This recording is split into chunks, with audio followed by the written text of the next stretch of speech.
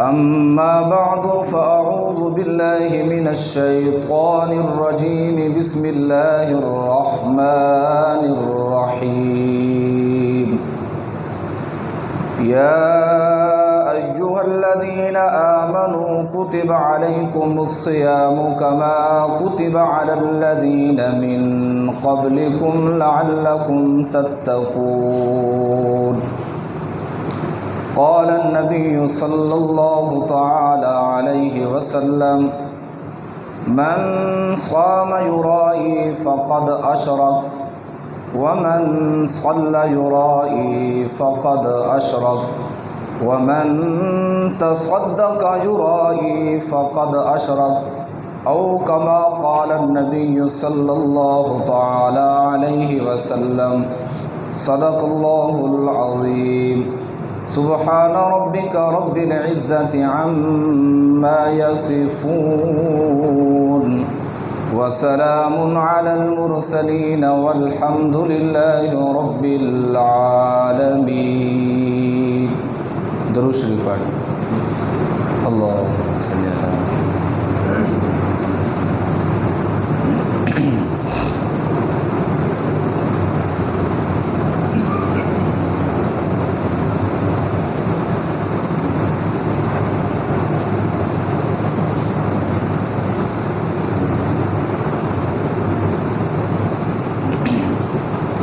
میرے انتہائی قابل احترام دوستوں، بزرگوں، عزیز ساتھیوں، اللہ رب العزت کی دربار کے اندر التجا ہے، درخواست ہے کہ رب تعالی ہمارا یہاں بیٹھنا، سننا اور سنانا اللہ تعالی اپنی بارگاہ کے اندر قبول و منظور فرمائے. روزے کا اصل مقصد تقوی ہے. تقوی کا تعلق ظاہر سے نہیں ہے بلکہ باطن سے ہے، جسم سے نہیں دل سے ہوتا ہے. اللہ کے نبی صلی اللہ تعالی علیہ وسلم نے فرمایا التقوی ہا ہونا، کہ تقوی یہاں ہوتا ہے. یعنی تقوی دل کی ایک کیفیت کو بتلایا گیا کہ دل اگر پاکیزہ صاف ستھرا ہوگا، دل کے اندر اخلاص سچا ہوگا تو وہ تقوی اللہ کے ہاں قابل و قبول ہوگا. قرآن مقدس کی جو آیت مبارکہ پڑھی گئی، اس آیت کے اندر بھی اللہ رب العزت نے ایمان والوں کو مخاطب کیا. فرمایا یا ایھا الذین آمنوا کتب علیکم الصیام، اے ایمان والو تم پر روزے فرض کیے گئے ہیں جس طرح باقی عبادات فرض کی گئی ہیں. اور اللہ رب العزت نے روزوں کے متعلق بھی یہی حکم ارشاد فرمایا کہ روزے تم پر فرض کیے گئے کما کتب علی الذین من قبلکم، جیسا کہ تم سے پہلے لوگوں کے اوپر روزے فرض کیے گئے تھے تو تمہارے اوپر بھی یہ روزے فرض کیے گئے ہیں. روزے کی فرضیت کی وجہ بھی بتلائی، سبب بھی بتلایا کہ روزے کا رکھنے کا مقصد کیا ہے. فرمایا لعلکم تتقون، تاکہ تم متقی بن جاؤ، پرہیزگار بن جاؤ، تقوی والے بن جاؤ، اللہ سے ڈرنے والے بن جاؤ. تو روزے کا جو حقیقی اور اصل مقصد بتایا گیا وہ انسان کے دل کو معیار اور کسوٹی بنایا گیا کہ دل جو ہے یہ انسان کی حقیقت کو جانچتا ہے، سچائی کو جانچتا ہے. تو دل کے اندر اگر اخلاص سے نیت درست ہوگا، سچائی ہوگی تو روزے کی پھر قبولیت اللہ کے ہاں بہت اعلیٰ اور شرف والی ہوگی. تو رمضان المبارک کا مہینہ یہ بڑی برکتوں اور بڑی سعادتوں والا مہینہ ہے. رمضان المبارک کے آداب ہیں. جو پہلا میں ادب آپ کے سامنے رکھنا چاہتا ہوں وہ نظر کی حفاظت ہے.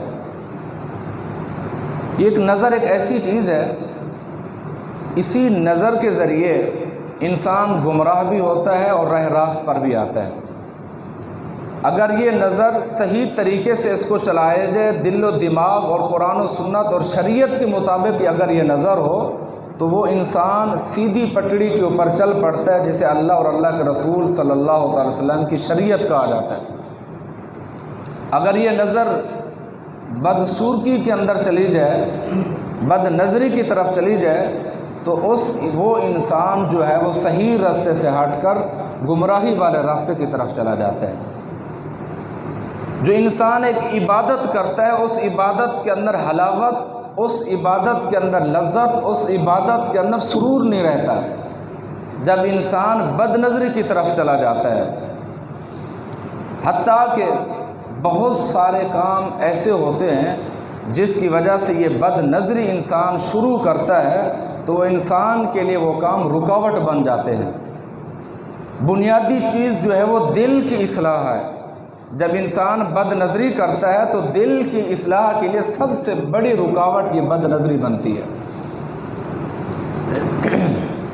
اللہ کے نبی صلی اللہ تعالی علیہ وسلم نے فرمایا لَتَغْضُنَّ أَبْصَارَكُمْ وَلَتَحْفَظُنَّ فُرُوجَكُمْ، فرمایا لوگوں کہ تم اپنی نظروں اور اپنی شرمگاہوں کی حفاظت کرو،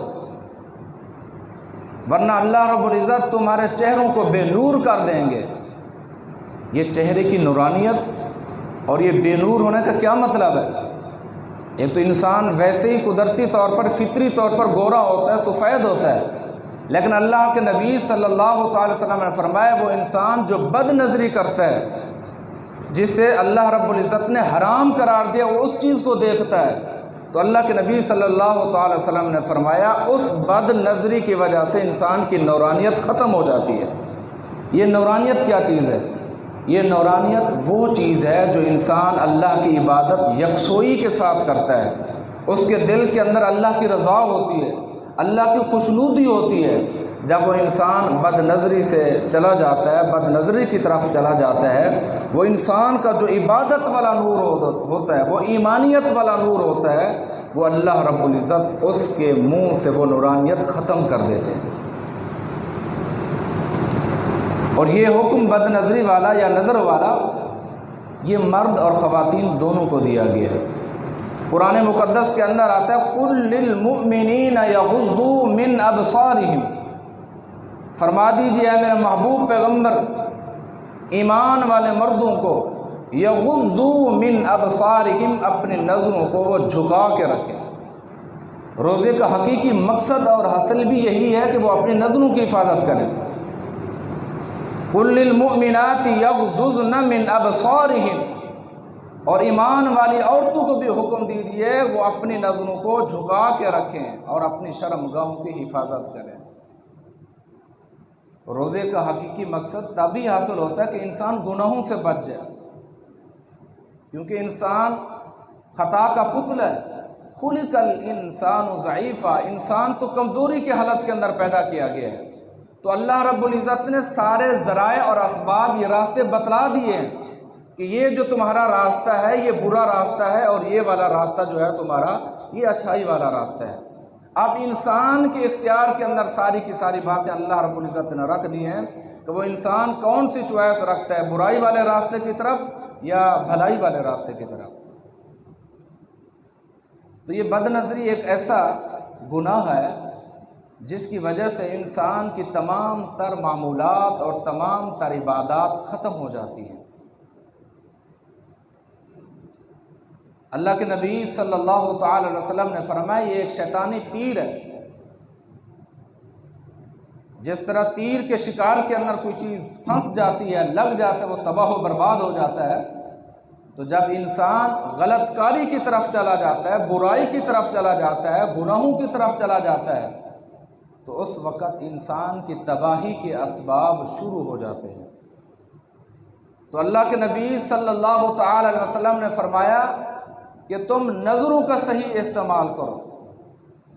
حدیث پاک کے اندر آتا ہے حضرت عثمان رضی اللہ تعالیٰ عنہ، ایک شخص کو دیکھا کہ وہ بد نظری کر کے حضرت عثمان رضی اللہ تعالیٰ عنہ کے پاس آیا۔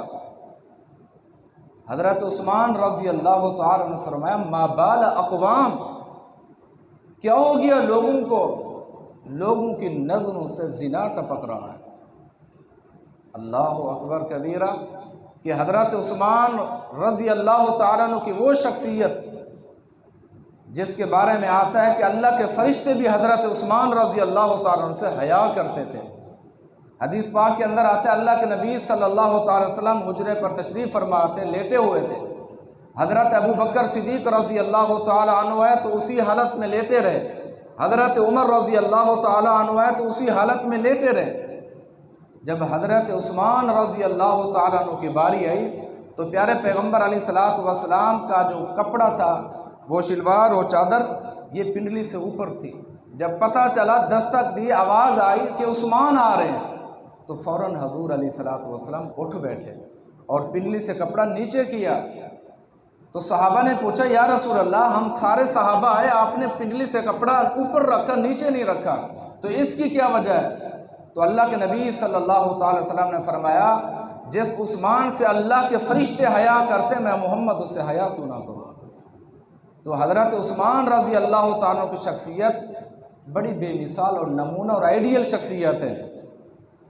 حضرت عثمان رضی اللہ تعالیٰ عنہ کے بارے میں آتا ہے کہ انہوں نے اپنی زندگی تک کبھی شرمگاہ کی طرف دیکھا نہیں ہے، کہ حضرت عثمان رضی اللہ تعالیٰ عنہ کی شخصیت یہ، تو فرمایا کہ لوگوں کو کیا ہو گیا، ما بال اقوام، کہ لوگوں کی نظروں سے زنا ٹپک رہا ہے۔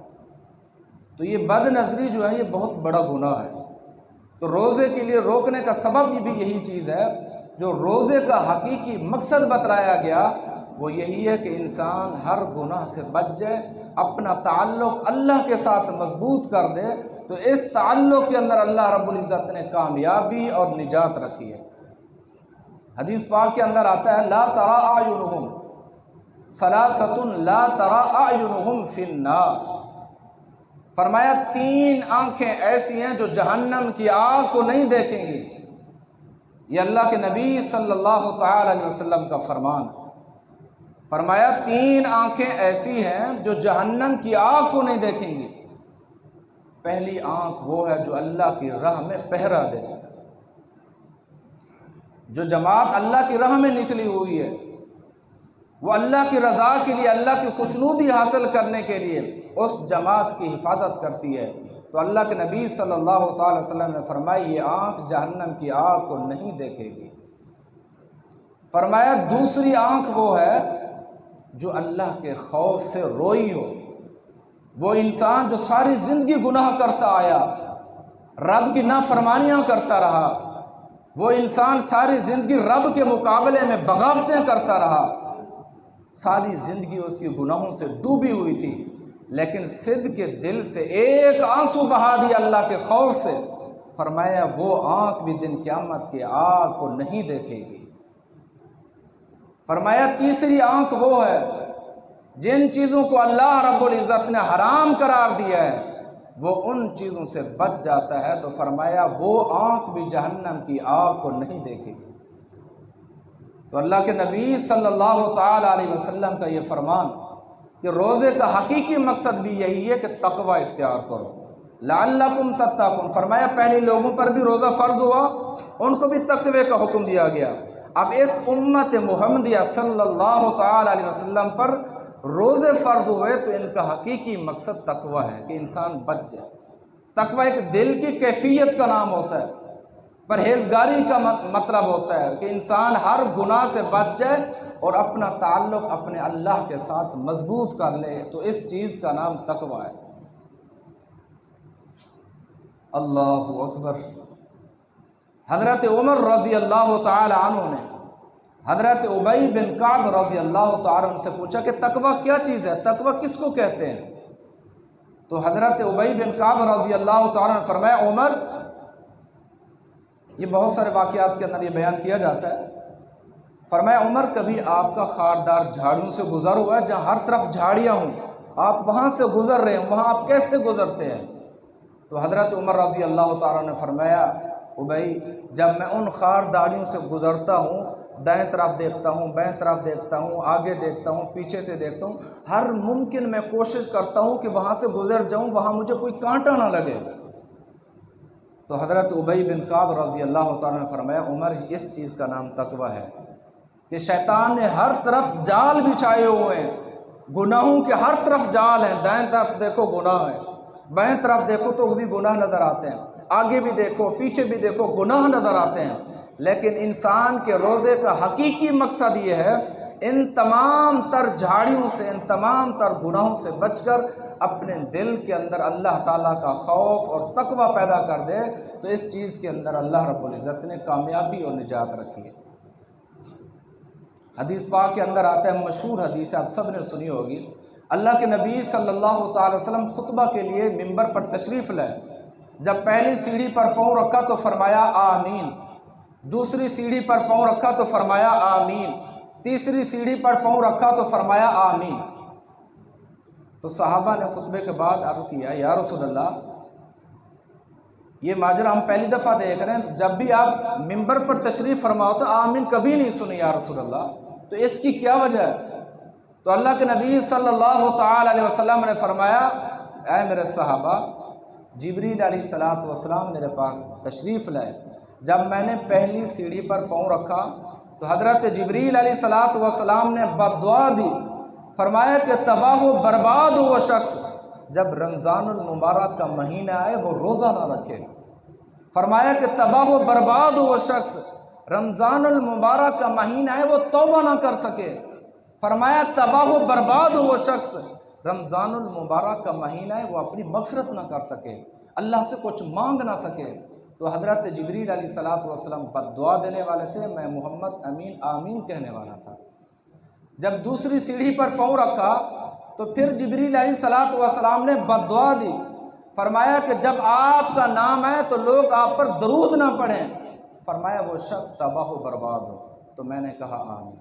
یعنی حضور علیہ السلام کا جب نام مبارک ہے تو ہم سب کو چاہیے کہ درود پڑھے صلی اللہ تعالی علیہ وسلم۔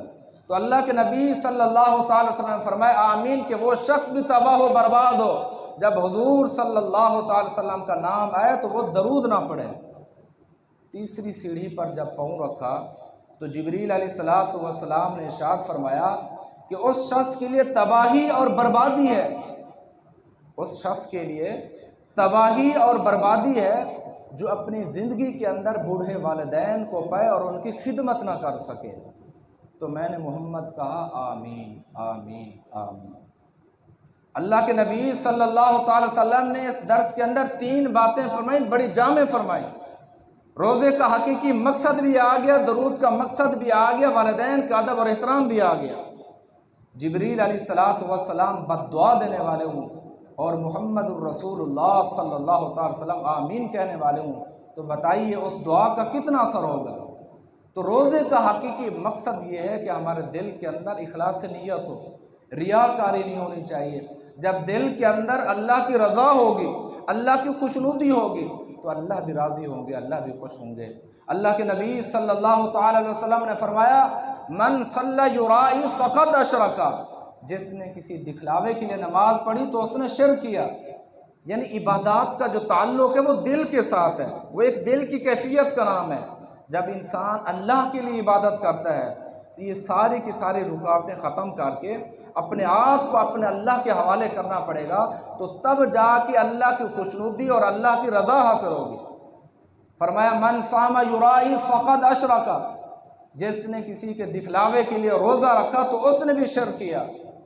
من تصدق یرائی فقد اشرکا، جس نے صدقہ کیا دکھلاوے کے لیے تاکہ لوگ اسے سخی کہیں، بڑا سخاوت والا کہیں اور معاشرے کے اندر اس کی بلے بلے ہو، لوگ تعریفیں کریں، اس نیت سے اس نے روزہ رکھا، اس نیت سے اس نے نماز پڑھی، اس نیت سے اس نے صدقہ کیا، اللہ کے نبی صلی اللہ تعالی وسلم نے فرمایا فقد اشرکا فقد اشرکا فقد اشرکا، اس نے شرک کیا، اس نے شرک کیا، اس کا عمل اللہ کے یہاں کوئی قابل قبول نہیں۔ اسی کے اوپر اکتفا کرتا ہوں، اللہ تعالیٰ سے دعا ہے کہ اللہ ہمیں قرآن و سنت کے مطابق عمل کرنے کی اور زندگی گزارنے کی توفیق عطا فرمائے۔